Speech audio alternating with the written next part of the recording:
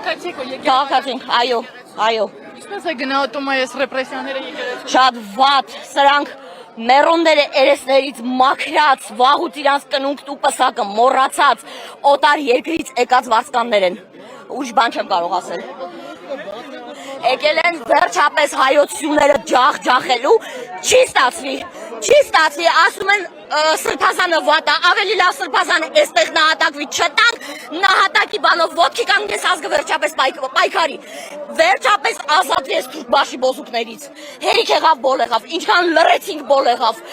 բոլոր բերդերը պիտի լցնեն, թող լցնեն, պատրաստ ենք, թող ամբողջ բերդերը լցնեն, իրաստան պատվալները լցնեն, ամեն ինչ լցնեն,